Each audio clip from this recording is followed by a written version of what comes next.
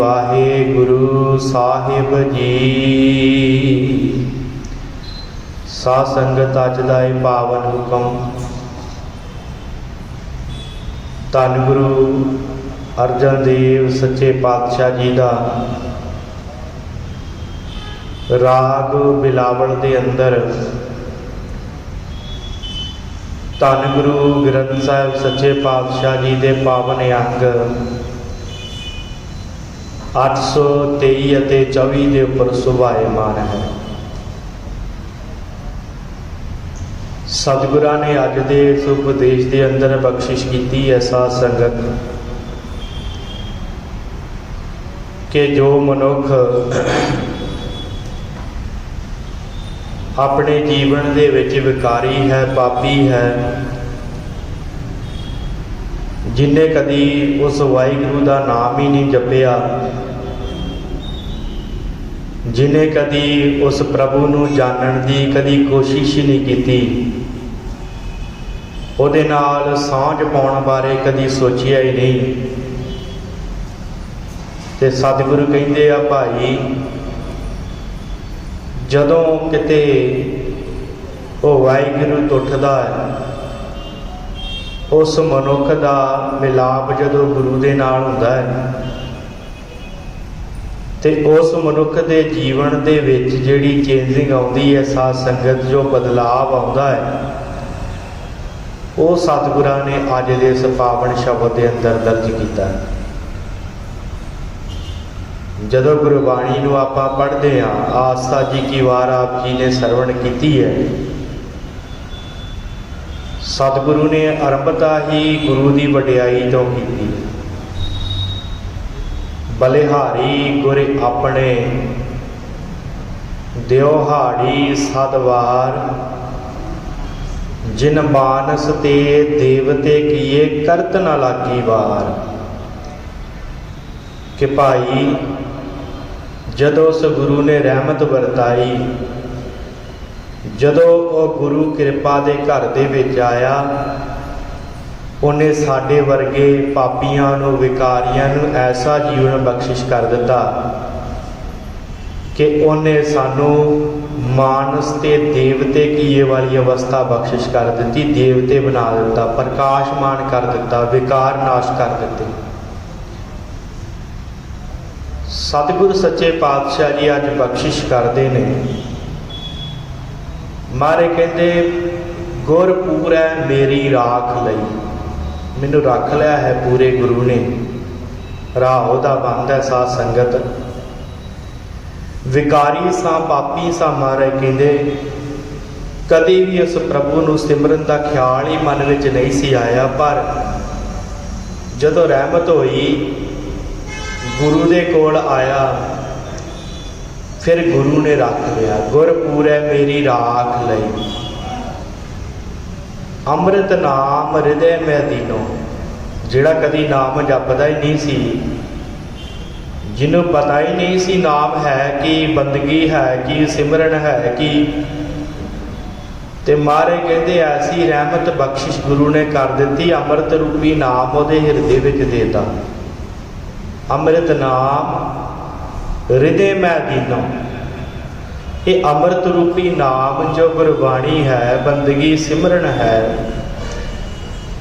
उस रहमत करने वाले गुरु ने ऐसी बख्शिश की है कि वो हृदय दे विच हुण धारण कर लिया। कित्थे सवेर तो शाम तक विकार कमाउंदा सी, कित्थे सवेर तो शाम तक दूसरिਆਂ ਦੇ हक खो के खाण वाला जीवन सी, विकारी सी, पापी सी, पर जदों गुरु दे कोल आया तो गुरु ने ऐसी बख्शिश की, वो जिहड़ा हृदय पापां विकारां दे नाल भरिया होया सी, मारे कहंदे उस हृदय दे अंदर अमृत रूपी नाम दे दिता। अमृत रूपी नाम, अमृत नाम हृदय में दीनो। फिर होया कि उहदे नाल जदों गुरु ने अमृत रूपी नाम की बख्शिश कर दी, फिर सतगुरु कहते ओदी इन्नी क रहमत हुई उस नाम की, उस नाम का सदका सतगुरु जी ने बख्शिश की, जन्म जन्म की मैल गई। पता नहीं किन्नियां क जन्मां दी मैल इस मन ते सी, पर जदों उस वाहिगुरू ने, उस गुरु ने रहमत वरताई, वो साध संगत जन्मां जन्मांतरां दी मैल ही खत्म कर दी, कट दी उस वाहिगुरू ने। ऐसी है गुरु की वडियाई। साध संगत जदों असीं भट्टां दे सवैये पढ़दे आ ना, ਉਹਦੇ अंदर एक सवैया है बड़ा प्यारा गुरु की वडियाई वास्ते। उत्थे भट्ट साहिबाना ने बख्शिश की, वो कहते कि कच्चो कंचन भयो शब्द गुर सरवण है सुनियो। आ कांड आ ना साडे, कहते गुरु की किन्नी क कृपा होती है जदों मनुख गुरु के कोल आउंदा है, ਉਹਦੀ जन्मां जन्मांतरां ਦੀ जदों मैल कट्टी जाती है। सतगुरु कहते कि जदों अमृत नाम हृदय दे विच दिंदा किन्नी क बख्शिश हुंदी है। तो भट्ट साहिबान कहते भाई जो मनुख कच वर्गा सी ना, कच वर्गा, ते साध संगत देखना कच डिगदे टुट जाता है। ते भट्ट साहिबान कहते वो कच वर्गा जीवन मनुख जिहड़ा लैके तुरिया फिरदा सी, गुरु ने इन्नी क बख्शिश कर दी कि कचहो कंचन भयो। कंचन का अर्थ हुंदा सोना। गुरु का नाम सुनिया ना जदों कन्ना दे नाल, कीर्तन सरवण कीता, कथा सरवण कीती, बाणी सरवण कीती, कहते फिर की जीवन च बदलाव आया। कचहो कंचन भयो शब्द गुर सरवण है सुनियो। आ शब्द है जो तुसीं सुन रहे हो। महाराज कहते वो शब्द जदों कन्ना दे नाल सुनिया, कच वर्गा जीवन भी सोने वर्गा हो गया। भट्ट साहिबान कहते कच हो कंचन भयो शब्द गुर सरवण है सुनियो, बिखते अमृत होयो नाम सतगुर मुख बने। बिख का अर्थ हुंदा है जहर, ते अमृत साध संगत जहर का अपोजिट शब्द है। मारे कहते जीवन जहर वर्गा सी, हमेशा विकारी रहिंदा सी, जीवन दे विच कदी कुछ घालना कमाई कीती नहीं सी, उस वाहिगुरू नूं प्राप्त करन दा कोई यतन कीता नहीं सी। पर जदों कन्ना दे नाल शब्द सुनिया, भट्ट साहिबान कहते तो जीवन कच वर्गा सोने का हो गया। ते जदों इस जीभा दे नाल गुरु का नाम जपिया, फिर जीवन कैसा हो गया, बिख ते अमृत होयो नाम सतगुर मुख बने। इस जीभा नाल जदों नाम नूं जपिया, जदों इस जीभ दे नाल उस वाहिगुरू का नाम जपिया, और इस जीभा दे नाल जपजी साहब का पाठ किया, इस जीभा दे नाल सुगमनी साहब का पाठ किया, तो साध संगत जीवन च की तब्दीली आ गई। वो जिहड़ा बिख वर्गा सी ना जीवन, आलसी जीवन, जिन्हें कभी भी साध संगत मन का कभी टिकाऊ नहीं सी बख्शिश किया, ते साध संगत तो आलसी जीवन खत्म हो गया।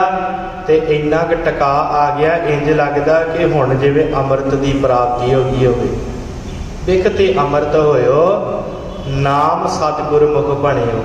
फिर भट्ट साहिबान कहते लोयो होयो लाल नदर सतगुर जाता है। जीवन कहते लोहे वर्गा से, इन्ना कठोर, इन्ना हंकारी, कहते कि इन्ना क हंकारी जीवन सी कि लोहे वांगू कठोर हो गया सी।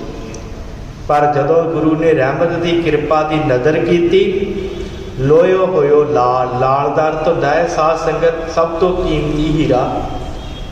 कहते जीवन दे विच फिर कठोरता रही भी, पर लोहे वर्गी कठोरता नहीं। वो कठोरता आ गई जिहदे नाल उस परमेश्वर अकाल पुरख के दर तो कदी जावा ही ना, वो कठोरता आ गई। लोहे होयो लाल, लाल वर्गा जीवन बना दिता लोहे तो। किवें नदर सतगुर जद धार है।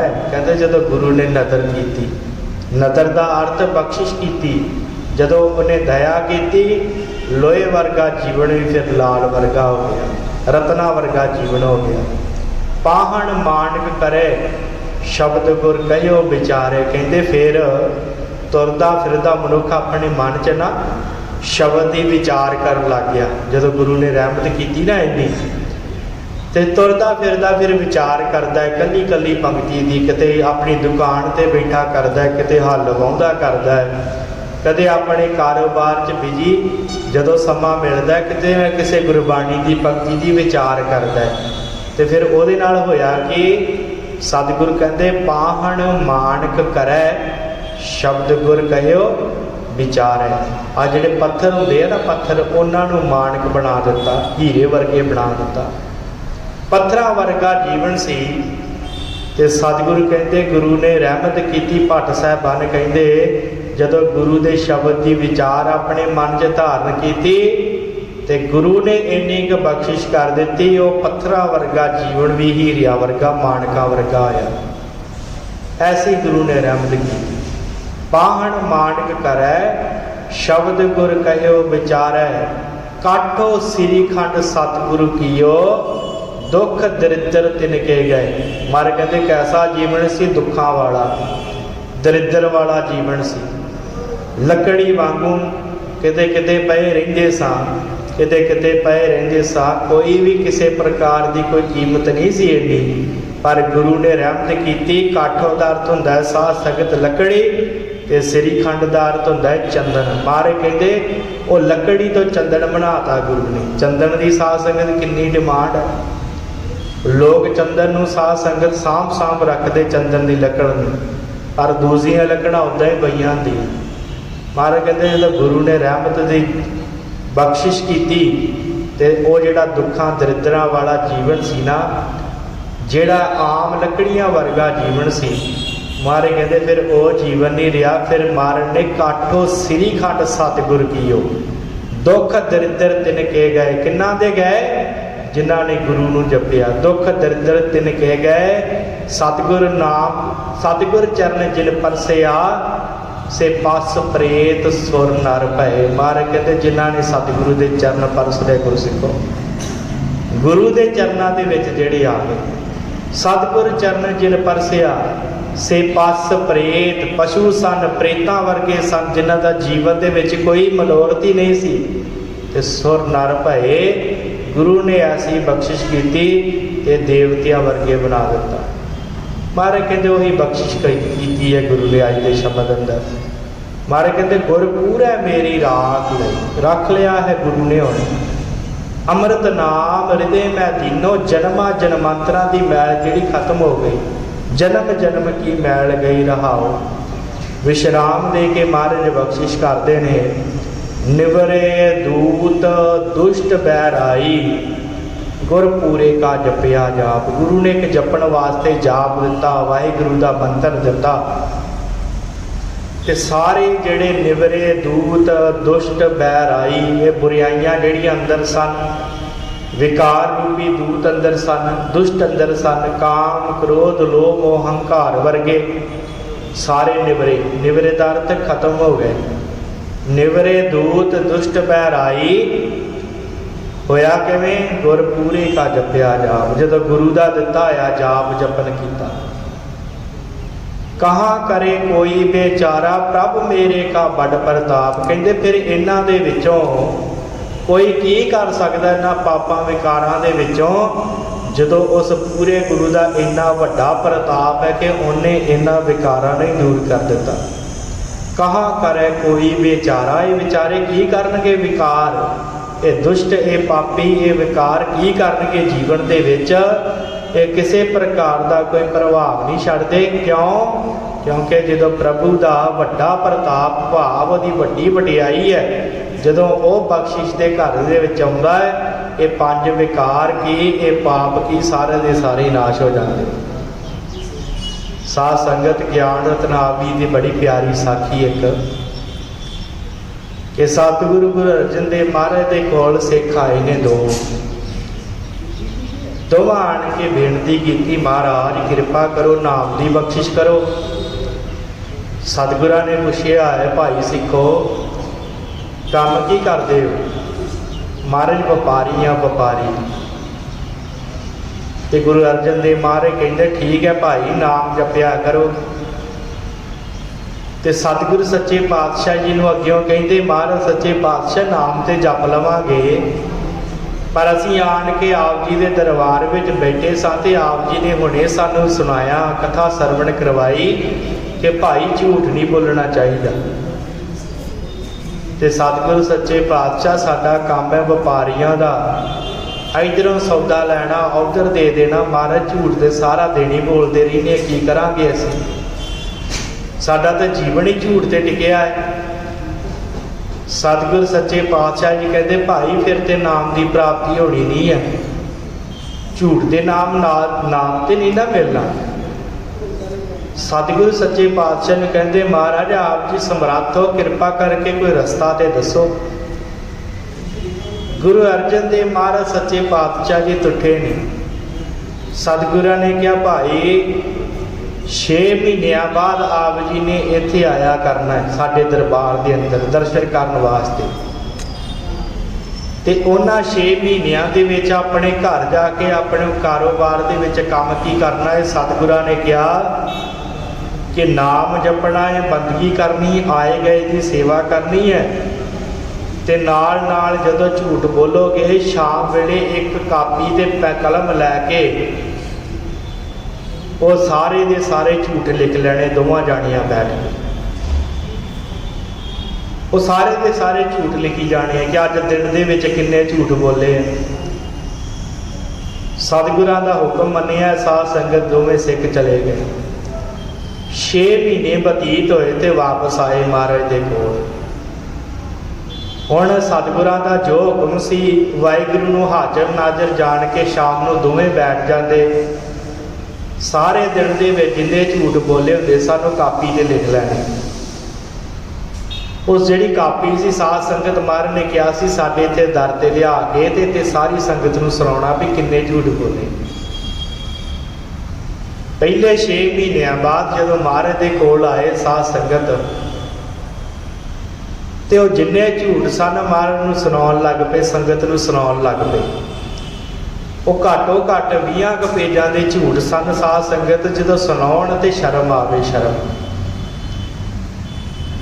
ਸੁਣਾ ਕੇ ਸਾਧ ਸੰਗਤ ਸਤਿਗੁਰਾਂ ਦਾ ਫੇਰ ਆਸ਼ੀਰਵਾਦ ਲੈ ਕੇ ਚਲੇ ਗਏ। ਹੁਣ ਸਾਧ ਸੰਗਤ ਜਦੋਂ ਫੇਰ ਦੁਬਾਰਾ ਆਪਣੇ ਕੰਮਕਾਰ ਚ ਰੁੱਝੇ ਨੇ ਤੇ ਉਹ ਜਿਹੜੀ ਕਲਮ ਹੁਣ ਕੰਬਦੀ ਹੈ ਜਦੋਂ ਸ਼ਾਮ ਨੂੰ ਉਹ ਝੂਠ ਲਿਖਣ ਲੱਗਦੇ ਆ। ਪਰ ਗੁਰੂ ਦਾ ਹੁਕਮ ਸੀ, ਮੰਨਣਾ ਸੀ। ਉਹ ਫੇਰ ਰਾਤ ਨੂੰ ਲਿਖਦੇ ਆ।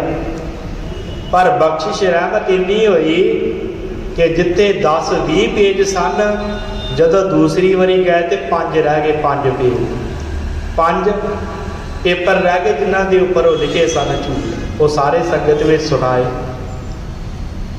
ਫਿਰ ਸ਼ਰਮ ਆਈ। ਸਾਧ ਸੰਗਤ 6 ਮਹੀਨੇ ਬਤੀਤ ਹੋਏ। 6 ਮਹੀਨਿਆਂ ਬਾਅਦ ਫਿਰ ਮਹਾਰਾਜ ਦੇ ਕੋਲ ਆਏ। ਸਤਿਗੁਰਾਂ ਨੇ ਕਿਹਾ ਚਲੋ ਭਾਈ ਜੋ ਲਿਖ ਕੇ ਲੈ ਕੇ ਆਏ ਸੁਣਾਓ। ਦੋਵੇਂ ਹੱਥ ਜੋੜ ਕੇ ਗੁਰੂ ਅਰਜਨ ਦੇਵ ਮਹਾਰਾਜ ਨੂੰ ਕਹਿੰਦੇ ਸਤਿਗੁਰੂ ਉਹ ਜਿੰਨੇ ਝੂਠ ਸਨ ਮਹਾਰਾਜ ਬੋਲਦੇ ਹੁਣ ਨਹੀਂ ਸੁਣਾਏ ਜਾਂਦੇ। ਸਤਿਗੁਰੂ ਹੁਣ ਤੇ ਬੋਲਣੇ ਛੱਡ ਦਿੱਤੇ, ਪੇਪਰ ਖਾਲੀ ਹੋ ਗਿਆ। ਉਹ ਪੇਜ ਜਿਹੜੇ ਸਨ 20 ਤੋਂ 5 ਹੋ ਗਏ ਤੇ 5 ਤੋਂ ਕੋਈ ਵੀ ਨਹੀਂ ਰਿਹਾ। ਕਿਉਂ? ਕਿਉਂਕਿ ਜਦੋਂ ਸਤਿਗੁਰੂ ਨਦਰ ਧਾਰਦਾ ਹੈ, ਜਦੋਂ ਸਤਿਗੁਰੂ ਕਿਰਪਾ ਕਰਦਾ ਹੈ ਤੇ ਵਿਕਾਰ ਇਹ ਝੂਠ ਕੀ ਹਨ, ਇਹ ਸਾਰੇ ਨਾਸ਼ ਹੋ ਜਾਂਦੇ। ਗੁਰੂ ਦੇ ਕੋਲ ਰਸਤਾ ਹੈ ਸਾਧ ਸੰਗਤ। ਕਿਹਨੂੰ ਕਿਵੇਂ ਵਡਿਆਈ ਦੇਣੀ, ਕਿਵੇਂ ਬਖਸ਼ਿਸ਼ ਕਰਨੀ ਹੈ, ਇਹ ਗੁਰੂ ਦੇ ਉੱਤੇ ਡਿਪੈਂਡ ਹੈ, ਗੁਰੂ ਦੀ ਰਹਿਮਤ ਉੱਤੇ ਡਿਪੈਂਡ ਹੈ। ਮਹਾਰਾਜ ਕਹਿੰਦੇ ਨਿਵਰੇ ਦੂਤ ਦੁਸ਼ਟ ਬਹਿਰਾਈ ਗੁਰ ਪੂਰੇ ਕਾ ਜਪਿਆ ਜਾਪ। ਜਦੋਂ ਦਾ ਜਾਪ ਜਪਿਆ, ਵਾਹਿਗੁਰੂ ਵਾਹਿਗੁਰੂ ਸਿਮਰਨ ਕੀਤਾ, ਗੁਰਬਾਣੀ ਪੜ੍ਹੀ, ਬੰਦਗੀ ਕੀਤੀ, ਸੇਵਾ ਸਿਮਰਨ ਕੀਤਾ ਤੇ ਸਤਿਗੁਰ ਕਹਿੰਦੇ ਫਿਰ ਕਹਾ ਕਰੇ ਕੋਈ ਵਿਚਾਰਾ। ਇਹ ਵਿਚਾਰੇ ਵਿਕਾਰ ਕੀ ਕਰ ਲੈਣਗੇ? ਪ੍ਰਭ ਮੇਰੇ ਕਾ ਵੱਡ ਪ੍ਰਤਾਪ। ਜਦੋਂ ਉਸ ਗੁਰੂ ਦਾ, ਉਸ ਪ੍ਰਭੂ ਦਾ ਇੰਨਾ ਵੱਡਾ ਪ੍ਰਤਾਪ ਹੈ ਤੇ ਇਹ ਵਿਚਾਰੇ ਛੋਟੇ ਛੋਟੇ ਵਿਕਾਰ ਕੀ ਕਰ ਲੈਣਗੇ? ਇਹ ਛੋਟੇ ਛੋਟੇ ਵਿਕਾਰ ਹਨ ਸਾਧ ਸੰਗਤ। ਕੁਝ ਸਮੇਂ ਲਈ ਜੀਵਨ ਨੂੰ ਜਿਹੜਾ ਹੈ ਨਾ ਇਹ ਠੱਗਦੇ ਨੇ, ਪਰ ਜਦੋਂ ਮਨੁੱਖ ਇਹਨਾਂ ਛੋਟੇ ਵਿਕਾਰਾਂ ਤੋਂ ਉਸ ਪਰਿਪੂਰਨ ਪਰਮਾਤਮਾ ਵੱਲੋਂ ਧਿਆਨ ਦਿੰਦਾ ਹੈ ਨਾ ਤੇ ਇਹ ਵਿਕਾਰ ਆਪਣੇ ਆਪ ਹੀ ਨਾਸ਼ ਹੋ ਜਾਂਦੇ ਨੇ। ਆ ਦੇਖਣਾ ਹਨੇਰਾ ਸੀ ਰਾਤ, ਕਿੰਨੇ ਬਲਬ ਜਗਦੇ ਹੋਣਗੇ ਸਾਧ ਸੰਗਤ, ਪਰ ਆ ਸੂਰਜ ਚੜ੍ਹਿਆ ਹੈ ਉਹ ਸਾਰੇ ਬਲਬਾਂ ਦੀ ਰੌਸ਼ਨੀ ਜਿਹੜੀ ਮੱਧਮ ਪੈ ਗਈ। ਇਸੇ ਪ੍ਰਕਾਰ ਇਹ ਸਾਨੂੰ ਤੇ ਲੱਗਦੇ ਨੇ ਪ੍ਰਕਾਸ਼ ਦਿੰਦੇ ਆ ਸਾਨੂੰ। ਆ ਵਿਕਾਰ ਜਿੰਨੇ ਵੀ ਕਮਾਉਣੇ ਆ ਇਹ ਸਾਨੂੰ ਲੱਗਦਾ ਸ਼ਾਇਦ ਸਾਡੇ ਜੀਵਨ ਦਾ ਆਧਾਰ ਹਨ, ਪਰ ਨਹੀਂ। ਜੀਵਨ ਦਾ ਆਧਾਰ ਗੁਰੂ ਹੈ, ਨਾਮ ਹੈ, ਬੰਦਗੀ ਹੈ। ਜਦੋਂ ਉਹਦੀ ਬਖਸ਼ਿਸ਼ ਦਾ ਸੂਰਜ ਚੜ੍ਹਦਾ। ਸਾਧ ਸੰਗਤ ਇਹ ਵਿਕਾਰਾਂ ਰੂਪੀ ਬਲਬ, ਇਹ ਵਿਕਾਰਾਂ ਰੂਪੀ ਜਿਹੜੀਆਂ ਬੱਤੀਆਂ ਹੁੰਦੀਆਂ ਇਹ ਆਪਣੇ ਆਪ ਮੱਧਮ ਪੈ ਜਾਂਦੀਆਂ। ਪ੍ਰਭ ਮੇਰੇ ਕਾ ਵੱਡ ਪ੍ਰਤਾਪ, ਉਹਦਾ ਬੜਾ ਵੱਡਾ ਪ੍ਰਤਾਪ ਹੈ। ਸਤਿਗੁਰ ਕਹਿੰਦੇ ਫੇਰ ਸਿਮਰ ਸਿਮਰ ਸਿਮਰ ਸੁਖ ਪਾਇਆ, ਚਰਨ ਕਮਲ ਰਖ ਮਨ ਮਾਹੀ। ਸਿਮਰਿਆ ਨੂੰ ਮਨ ਕਰਕੇ, ਤਨ ਕਰਕੇ, ਜੀਭਾ ਕਰਕੇ ਸਿਮਰਿਆ ਹੈ। 3 ਵਾਰੀ ਸਿਮਰ ਸਿਮਰ ਸਿਮਰ ਕਿਹਾ। ਸਿਮਰਿਆ ਹੈ ਉਹਨੂੰ ਜਦੋਂ ਆਪਣੇ ਹੱਥਾਂ ਦੇ ਨਾਲ ਕੋਈ ਕਾਰੋਬਾਰ ਕਰਦਾ ਉਦੋਂ ਵੀ ਸਿਮਰਦਾ, ਤਾਂ ਕਿ ਕਿਤੇ ਕੋਈ ਵਿਕਾਰ ਨਾ ਕਮਾ ਲਵਾਂ, ਉਸ ਸਮੇਂ ਕਿਸੇ ਦਾ ਹੱਕ ਨਾ ਖੋਹ ਕੇ ਖਾਵਾਂ, ਉਦੋਂ ਵੀ ਸਿਮਰਦਾ। ਫਿਰ ਜੀਭਾ ਦੇ ਨਾਲ ਗੁਰੂ ਦੇ ਕੋਲ ਆਣ ਕੇ ਸਿਮਰਦਾ। ਫਿਰ ਮਨ ਕਰਕੇ ਸਿਮਰਦਾ ਕਿ ਕਿਤੇ ਮਨ ਦੇ ਵਿੱਚ ਵਿਕਾਰ ਨਾ ਆ ਜਾਣ। ਸਿਮਰ ਸਿਮਰ ਸਿਮਰ ਸੁਖ ਪਾਇਆ, ਹੋਇਆ ਕਿ ਫਿਰ ਸੁਖ ਪ੍ਰਾਪਤ ਹੋ ਗਿਆ। ਚਰਨ ਕਮਲ ਰਖ ਮਨ ਮਾਹੀ। ਹੁਣ ਉਸ ਪ੍ਰਭੂ ਦੇ ਚਰਨ, ਉਸ ਵਾਹਿਗੁਰੂ ਦੇ ਚਰਨ ਹਿਰਦੇ 'ਚ ਜਿਹੜੇ ਉਹ ਰੱਖ ਲਏ ਆਪਣੇ ਮਨ ਦੇ ਵਿੱਚ ਸੰਭਾਲ ਕੇ। ਚਰਨ ਕਮਲ, ਕਮਲਾਂ ਵਰਗੇ ਗੁਰੂ ਦੇ ਜਿਹੜੇ ਚਰਨ ਹਨ, ਰਖ ਮਨ ਮਾਹੀ, ਧਾਰਨ ਕਰ ਲਏ ਹਿਰਦੇ ਦੇ ਵਿੱਚ। ਭਾਵ ਹਰ ਵੇਲੇ ਹੁਣ ਗੁਰਬਾਣੀ ਦੇ ਨਾਲ ਜੁੜਦਾ। ਹੁਣ ਜਦੋਂ ਕੋਈ ਪਾਪ ਵਿਕਾਰ ਤੰਗ ਕਰਦਾ ਹੈ ਉਦੋਂ ਗੁਰੂ ਦੀ ਬਾਣੀ ਦਾ ਆਸਰਾ ਲੈ ਕੇ ਉਹਨੂੰ ਦੂਰ ਕਰ ਲੈਣਾ। ਸਿਮਰ ਸਿਮਰ ਸਿਮਰ ਸੁਖ ਪਾਇਆ, ਚਰਨ ਕਮਲ ਰਖ ਮਨ ਮਾਹੀ। ਤਾਕੀ ਸਰਨ ਪਰਿਓ ਨਾਨਕ ਦਾਸ, ਜਾਤੀ ਉੱਪਰ ਕੋ ਨਾ। ਮਾਰੇ ਕਹਿੰਦੇ ਹੁਣ ਉਹਦੀ ਸ਼ਰਨ ਵਿੱਚ ਪੈ ਗਿਆ। ਤਾਕੀ ਸਰਨ ਪਰਿਓ ਨਾਨਕ ਦਾਸ। ਮਾਰੇ ਕਹਿੰਦੇ ਮੈਂ ਨਾਨਕ ਗੁਰੂ ਅਰਜਨ ਦੇਵ ਸੱਚੇ ਪਾਤਸ਼ਾਹ ਕਹਿੰਦੇ ਕਿ ਮੈਂ ਹੁਣ ਉਹਦੀ ਸ਼ਰਨ 'ਚ ਪੈ ਗਿਆ। ਤਾਕੀ ਸ਼ਰਨ ਪਰਿਓ ਨਾਨਕ ਦਾਸ, ਇਹਦੇ ਜਾਤੇ ਉੱਪਰ ਕੋ ਨਾਹੀ, ਜਿਹਦੇ ਤੋਂ ਉੱਪਰ ਕੋਈ ਵੀ ਨਹੀਂ। ਉਸ ਵਾਹਿਗੁਰੂ ਤੋਂ ਉੱਪਰ ਕੋਈ ਹੈ। ਮਾਰੇ ਕਹਿੰਦੇ ਉਹਦੀ ਸ਼ਰਨ 'ਚ ਪੈ ਗਿਆ। ਜਦੋਂ ਵੱਡੇ ਦੇ ਨਾਲ ਜੁੜ ਜਾਂਦੇ ਆ ਉਦੋਂ ਸਾਧ ਸੰਗਤ ਦੇ ਛੋਟੇ ਛੋਟੇ ਵਿਕਾਰ ਪਾਪ ਕੁਝ ਨਹੀਂ ਕਹਿੰਦੇ, ਤੰਗ ਨਹੀਂ ਕਰਦੇ। ਫਿਰ ਸਤਿਗੁਰ ਕਹਿੰਦੇ ਤਾਕੀ ਸ਼ਰਨ ਪਰਿਓ ਨਾਨਕ ਦਾਸ। ਗੁਰੂ ਅਰਜਨ ਦੇਵ ਮਹਾਰਾਜ ਕਹਿੰਦੇ ਮੈਂ ਧੰਨ ਗੁਰੂ ਰਾਮਦਾਸ ਸੱਚੇ ਪਾਤਸ਼ਾਹ ਦੇ ਚਰਨਾਂ ਵਿੱਚ ਪੈ ਗਿਆ ਤੇ ਉਹਨਾਂ ਨੇ ਬਖਸ਼ਿਸ਼ ਕੀਤੀ, ਕਿਉਂਕਿ ਉਹਨਾਂ ਤੋਂ ਉੱਪਰ ਕੋਈ ਨਹੀਂ। ਤੇ ਗੁਰੂ ਅਰਜਨ ਦੇਵ ਮਹਾਰਾਜ ਸਾਨੂੰ ਸਮਝਾਉਂਦੇ ਕਹਿੰਦੇ ਗੁਰਸਿੱਖੋ, ਗੁਰੂ ਗ੍ਰੰਥ ਸਾਹਿਬ ਮਹਾਰਾਜ ਤੋਂ ਉੱਪਰ ਕੋਈ ਨਹੀਂ ਜੇ, ਉਹਨਾਂ ਦੀ ਸ਼ਰਨ ਵਿੱਚ ਪੈ ਜਾਓ। ਤਾਕੀ ਸ਼ਰਨ ਪਰਿਓ ਨਾਨਕ ਦਾਸ। ਜਿਵੇਂ ਅਸੀਂ ਧੰਨ ਗੁਰੂ ਰਾਮਦਾਸ ਮਹਾਰਾਜ ਦੀ ਸ਼ਰਨ 'ਚ ਪਏ, ਤੁਸੀਂ ਵੀ ਗੁਰੂ ਗ੍ਰੰਥ ਸਾਹਿਬ ਦੀ ਸ਼ਰਨ 'ਚ ਪੈ ਜਾਓ। ਕਿਉਂ? ਕਿਉਂਕਿ ਤਾਂ ਤੇ ਜਾਤੇ ਉੱਪਰ ਕੋ ਨਾਹੀ, ਉਹਨਾਂ ਤੋਂ ਉੱਪਰ ਕੋਈ ਨਹੀਂ ਹੈ। ਸਤਿਗੁਰੂ ਰਹਿਮਤ ਕਰਨ ਸਾਧ ਸੰਗਤ, ਪਾਵਨ ਉਪਦੇਸ਼ ਹਿਰਦੇ ਵਿੱਚ ਬਸੇ। ਬੜੀ ਵੱਡੀ ਵਡਿਆਈ ਹੈ ਗੁਰੂ ਦੀ ਸਾਧ ਸੰਗਤ। ਜਿਹੜਾ ਗੁਰੂ ਦੇ ਕੋਲ ਆਉਂਦਾ ਹੈ ਨਾ, ਨਿੱਤਾ ਪ੍ਰਤੀ ਆਉਂਦਾ ਹੈ ਤੇ ਗੁਰੂ ਵਿਕਾਰ ਪਾਪ ਨਾਸ਼ ਕਰਕੇ ਆਪਣੇ ਗਲ ਨਾਲ ਲਾਉਂਦਾ ਹੈ। ਇੰਨੀ ਵੱਡੀ ਵਡਿਆਈ ਹੈ ਗੁਰੂ ਦੀ। ਤੇ ਸਤਿਗੁਰੂ ਰਹਿਮਤ ਕਰਨ, ਨਾਮਦਾਨ, ਗੁਰਸਿੱਖੀ ਜੀਵਨ ਸਭਨਾਂ ਨੂੰ ਬਖਸ਼ਿਸ਼ ਕਰਨ। ਹੋਈਆਂ ਬੇਅੰਤ ਭੁੱਲਾਂ ਚੁੱਕਾਂ ਦੀ ਖਿਮਾ ਸਮਾਪਤੀ ਹੈ ਜੀ। ਵਾਹਿਗੁਰੂ ਜੀ ਕਾ ਖਾਲਸਾ, ਵਾਹਿਗੁਰੂ।